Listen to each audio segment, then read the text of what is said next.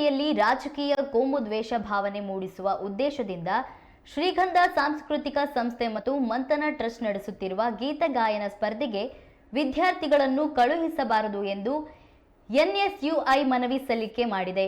ಶಿಕ್ಷಣ ಸಚಿವ ಮಧು ಬಂಗಾರಪ್ಪ ಅವರಿಗೆ ಈ ದಿನ ಮನವಿ ನೀಡಿ 1975ರ ತುರ್ತು ಪರಿಸ್ಥಿತಿಯ ಕರಾಳ ನೆನಪಿನ 51ನೇ ವರ್ಷದ ಅಂಗವಾಗಿ 2025ರ ಜುಲೈ 19ರಂದು ಶಿವಮೊಗ್ಗ ನಗರದಲ್ಲಿ ಕಾರ್ಯಕ್ರಮ ಆಯೋಜನೆ ಮಾಡಲಾಗಿದೆ.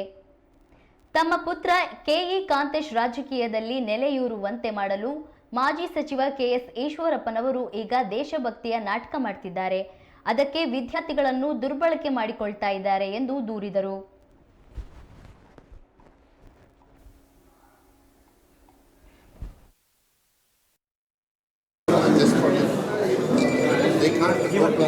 ಮಕ್ಕಳನ್ನ ಈ ಥರ ಕರ್ಕೊಂಡು ಅದನ್ನಾಗಲಿ ಕಳಿಸಿದ್ದೀನಿ. ಇವತ್ತು ರಿಪೋರ್ಟ್ ಕೊಡ್ತಾರೆ. ಶ್ರೀಪತಿ ಏನೋ ಬರ್ತೀರಾ ಇಲ್ಲಿ? ಇಲ್ಲ, ನಾ ಬಂದ ಮಾತ್ರ ಬರ್ತೀನಿ. ಗ್ಯಾರಂಟಿನಾ?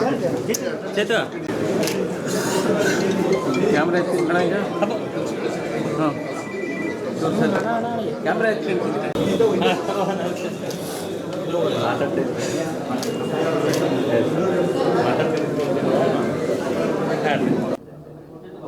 ಸರ್ಕಾರಿ ಇದನ್ನೆಲ್ಲ ಬಂದಿರೋದು